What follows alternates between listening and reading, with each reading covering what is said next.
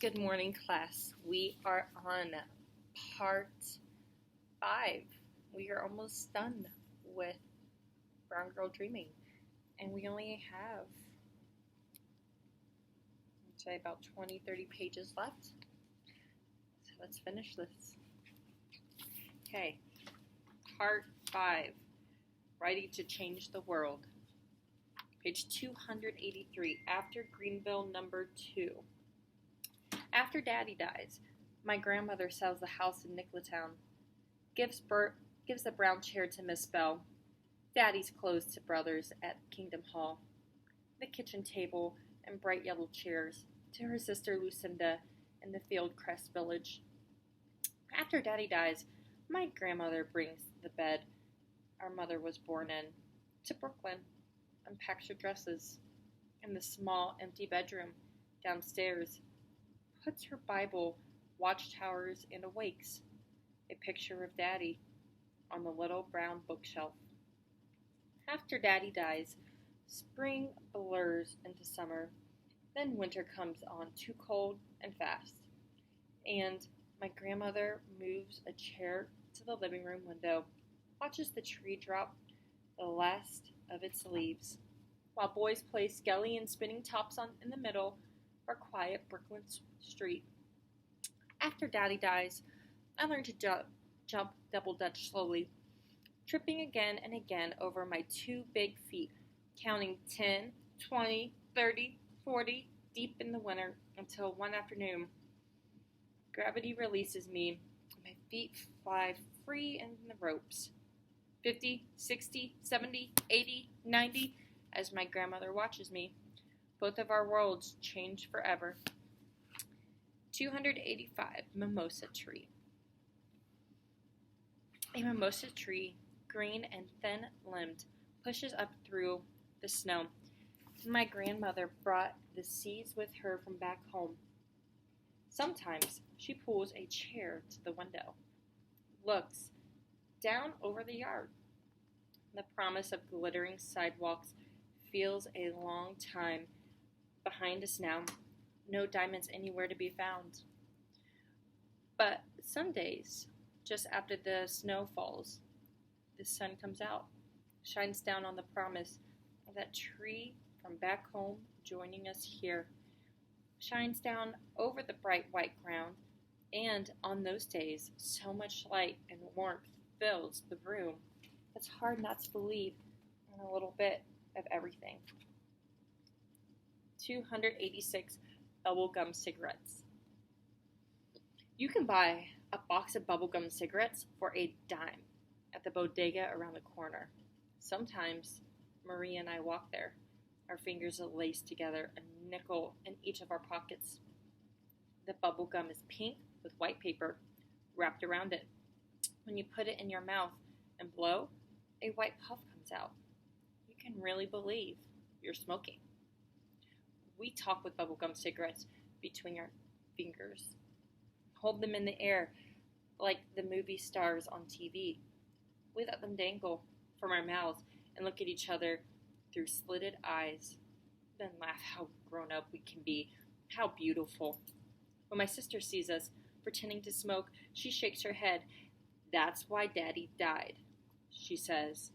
After that, me and Maria peel the paper off, turn our cigarettes into regular bubblegum. After that, the game is over. Page 288. What's left behind? You've got your daddy's easy way, my grandma says to me, holding the pictures of my grandfather in her hands. I watch you with your friends and see him all over again. Where will the wedding supper be? Way down yonder, a hollow tree. We look at the picture without talking. Sometimes I don't know the words for things, how to write down the feeling of knowing that every dying person leaves something behind. I got my grandfather's easy way, maybe. I know this when I'm laughing. Maybe I know it when I think of Daddy. And he feels close enough for me to lay my head against his shoulder. I remember how he laughed I tell my grandmother, and she smiles and says, because you laugh just like him. 2 peas in a pod you were. 2 peas in a pod we were. 290. Stories I tell. Every autumn, the teacher asks us to write down about our summer vacation and read it to the class.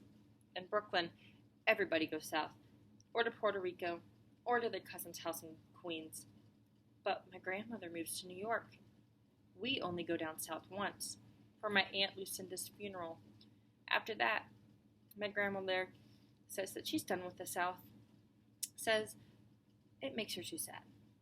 But now, when summer comes, our family gets on a plane, flies to Africa, Hawaii, Chicago. For summer vacation, we went to Long Island to the beach. Everybody went fishing and everybody caught a lot of fish. Even though no one in my family has ever been to Long Island, or fished, or likes the ocean. Too deep, too scary. Still, each autumn I write a story. In my writing, there is a stepfather now who lives in California but meets us wherever we go. There is a church, not a kingdom hall. There is a blue car, a new dress, loose unribboned hair. In my stories, our family is as regular as air. 2 boys, 2 girls, sometimes a dog. Did that really happen? The kids in class ask. Yeah, I say. If I did it, how would I know what to write? Page 292, How to Listen, number 8. Do you remember? Someone's always asking, and someone always does. 293, Fate, Faith, and Reasons. Everything happens for a reason, my mother says, and tells me how Kay believed in fate and destiny. Everything that ever happened or was going to happen couldn't ever be avoided. The marchers down south didn't just up and start their marching. It was part of a longer, bigger plan that maybe belonged to God. My mother tells me this as we fold laundry, white towels, separate from the other ones, each a threat to the other. I remember the time I spilled bleach on a blue towel, dotting it forever. The pale pink towel, a memory of when I washed a red one. Maybe there is something, after all, to the way some people want to remain, each of its own kind, but in time, maybe everything will fade to gray, even all of us coming to Brooklyn. My mother says, was it an accident? And I couldn't help thinking of the birds here, how they disappear in the winter time, heading south for food and warmth and shelter, heading south to stay alive, passing us on the way. No accidents, my mother says, just fate and faith and reason. When I ask my mother what she believes in, she stops mid-fold, looks out the back window. Autumn is full on here, and the sky is bright blue. I guess I believe in right now, she says, and the resurrection, and Brooklyn, and the 4 of you. 295. What if? Maria's mother never lived in Baymon, Puerto Rico, and my mother never lived in Greenville. What if no one ever had walked the fat grassy fields that are now Madison Street and said, let's put some houses here? What if people in Maria's building didn't sell 1279 Madison Street to Maria's parents, and our landlord told my mom he couldn't rent 1283 to someone who already had 4 children? What if the park with the swings wasn't right across Knickerbrook Avenue? What if Maria hadn't walked out of the building one day and said, my name is Maria, but my mom calls me Goo Goo? What if I had laughed instead of saying, you're lucky, I wish I had a nickname too. You want to go to the park sometime? What if she didn't have a sister and 2 brothers, and I didn't have a sister and 2 brothers, and her dad didn't teach us how to box, and her mother wasn't such a good cook? I can't even imagine any of it, Maria says. Nope, I say. Neither can I. Bushwick history lesson.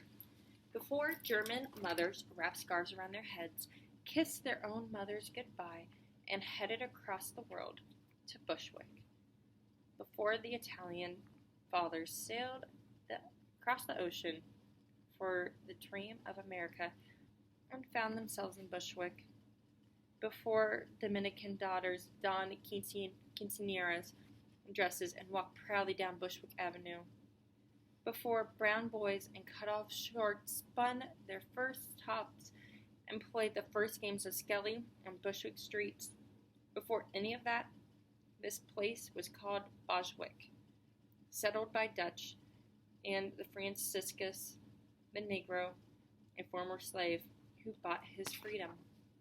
And all of New York was called New Amsterdam, run by a man named Peter Stuyvesant.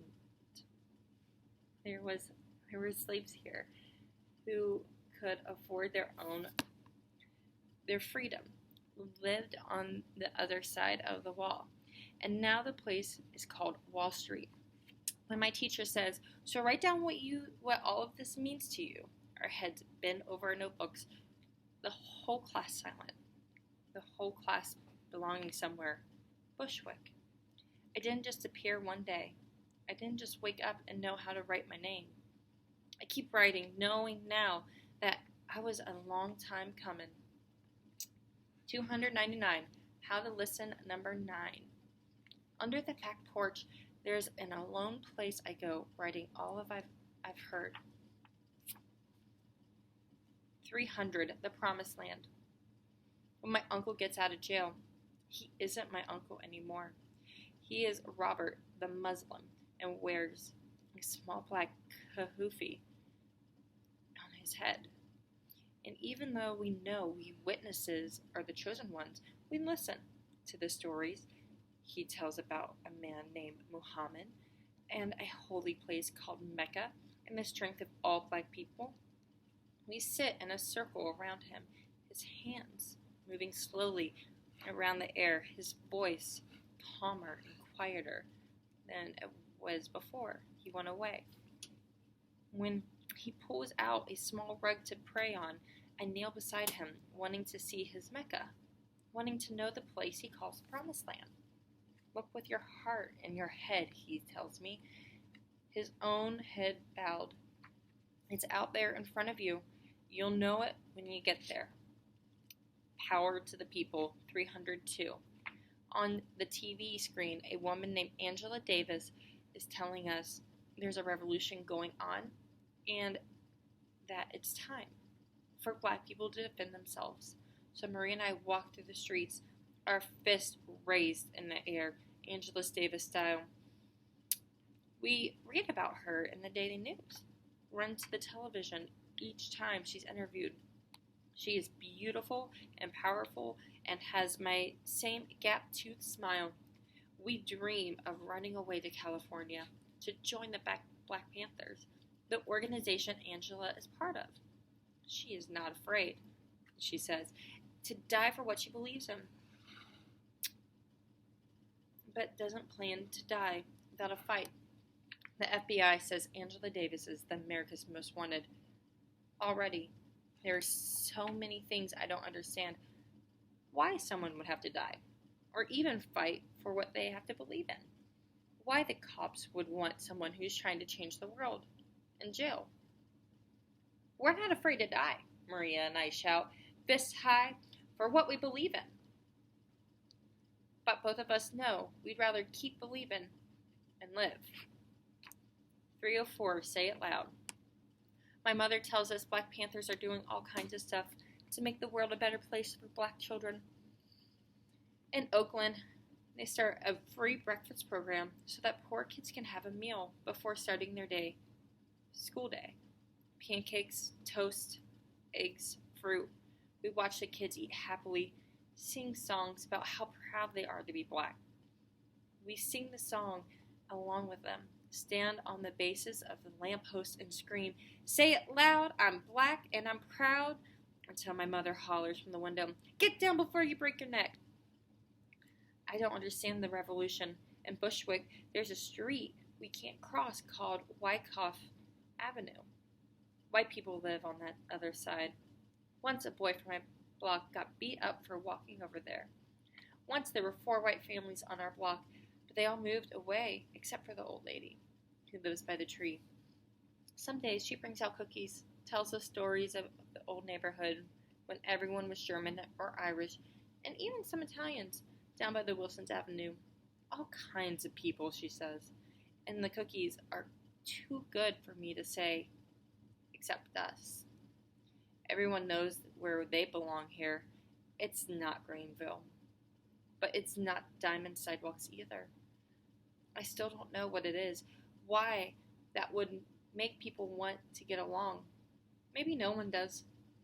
Angela Davis smiles, gap-toothed and beautiful, raises her fist in the air, says power to the people, looks out from the television directly into my eyes. Page 306, maybe Mecca.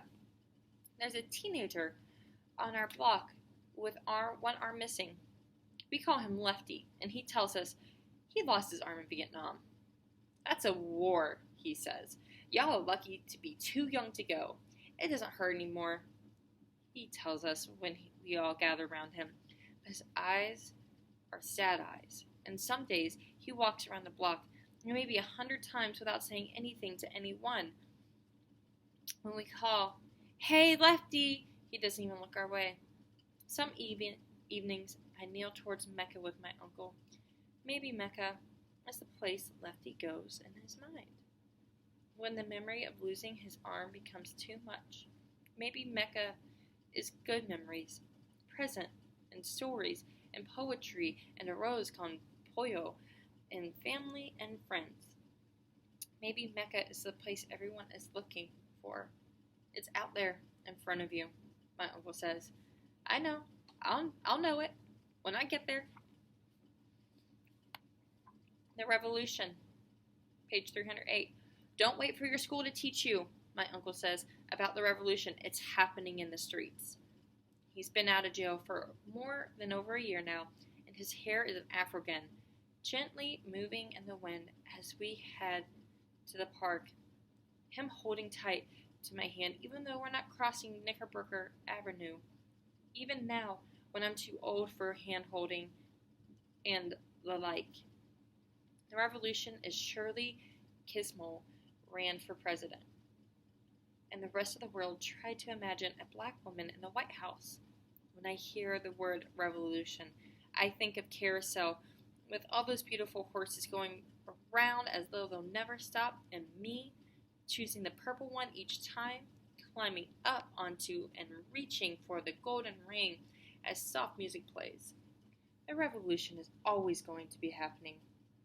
I want to write this down, that the revolution is like a merry-go-round. History always being made somewhere. And maybe, for a short time, we're part of history, and then ride stops, and our turn is over. We walk slow toward the park, where I can already see the big swings empty and waiting for me. And after I write it down, maybe I'll end it this way. My name is Jacqueline Woodson, and I'm ready for the ride. Page 310, How to Listen, number 10. Write down what I think. I know. The knowing will come. Just keep listening. Page 311.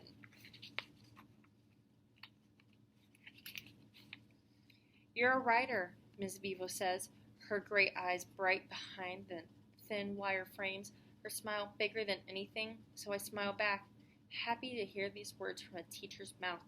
She is a feminist.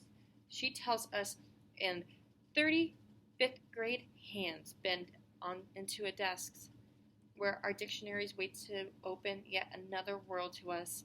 Miss Vivo pauses, watches our fingers fly. Webster's has our answers. Equal rights, a boy named Andrew yells out, for women. My hands freeze on thin white pages, like blacks. Miss Vivo, too, is part of a revolution. But right now, the revolution is so far away from me. This moment, this here, this right now, is my teacher saying, you're a writer. As she holds the poem, I'm just beginning. The first 4 lines stolen from my sister. Black brothers, black sisters, all of them were great. No fear, no fright, but a willingness to fight. You can have them, Dell said when she saw. I don't want to be a poet. And then my own pencil moving late in the evening. In big fine houses lived the whites, and little old shacks lived the blacks. But the blacks were smart, and fair they took no part. One of them was Martin, with a heart of gold. You're a writer, Miss Vivo says, holding my poem out to me. And standing in front of the class, taking my poem from her, my voice shakes as I recite the first line. Black brothers, black sisters, all of them were great, but my voice grows stronger with each word because the more than anything else in the world, I want to believe her. Page 313. Every wish, one dream. Every dandelion blown. Each starlight, star bright, the first star I see tonight. My wish is always the same. Every fallen eyelash and first firefly of the summer, the dream remains. What did you wish for? To be a writer. Every heads up penny found, and daydream and night dream, and even people say it's a pipe dream. I want to be a writer. Every sunrise, sunset, and song against cold window pane, passing the mountains, passing the sea. Every story read, every poem remembered. I loved my friend. And when I see birches bend to left and right, and nay, answered the child, but these are the wounds of the love. Every memory, Froggy went a courting, and he did a ride. Brings me closer and closer to the dream. 315, the earth far away. Every Saturday morning, we run downstairs to the television, just as the theme song from the Big Blue Marble begins. The 4 of us sing along. The earth's a big blue marble when you see it from out there. And the camera is zooming in on the marble, the blue becoming water. Then land. Then children in Africa, and Texas, and China, and Spain, and sometimes New York City. The world close enough to touch now. The children from all over right in our living room, telling us their stories. The sun and the moon declare our beauties very rare. The world, my world, like words. Once there was only the letter J, and my sister's hand wrapped around mine, guiding me, promising me infinity. This big blue marble of world and words and people and places inside my head and somewhere out there too. All of it mine now if I just listen and write it down. 317, what I believe. I believe in God and evolution. I believe in the Bible and the Quran. I believe in Christmas and in the New World. I believe there is a good in each of us, no matter who we are or what we believe in. I believe in the words of my grandfather. I believe in the city and the South, and the past and the present. I believe in black people and white people coming together. I believe in nonviolence and the power to the people. I believe in my little brother's pale skin and my own dark brown. I believe in my sister's brilliance in the 2 easy books I love to read.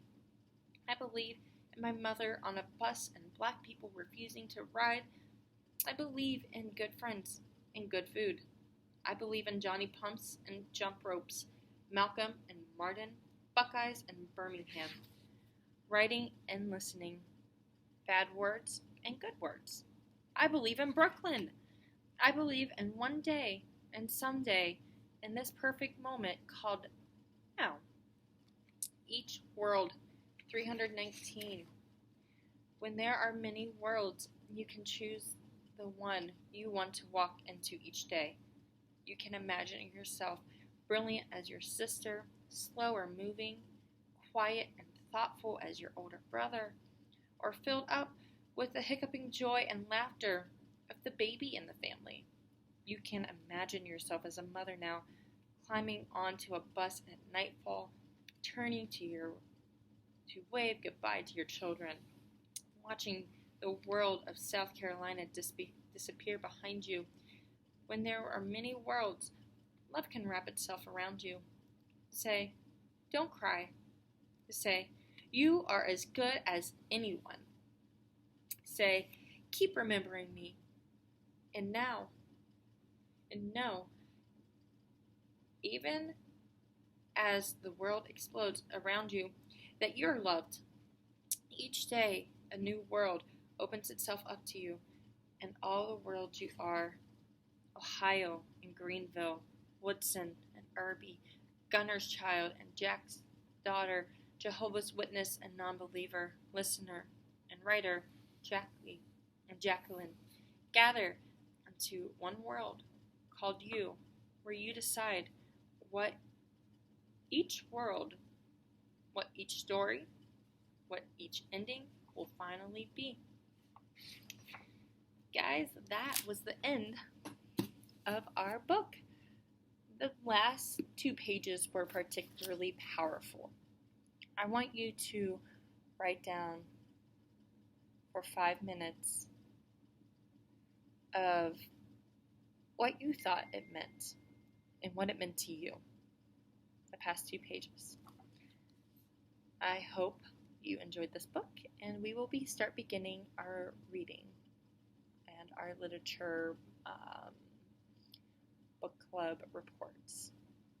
So, remember to write a 5-minute reflection on what you thought the last 2 pages meant and what it meant to you.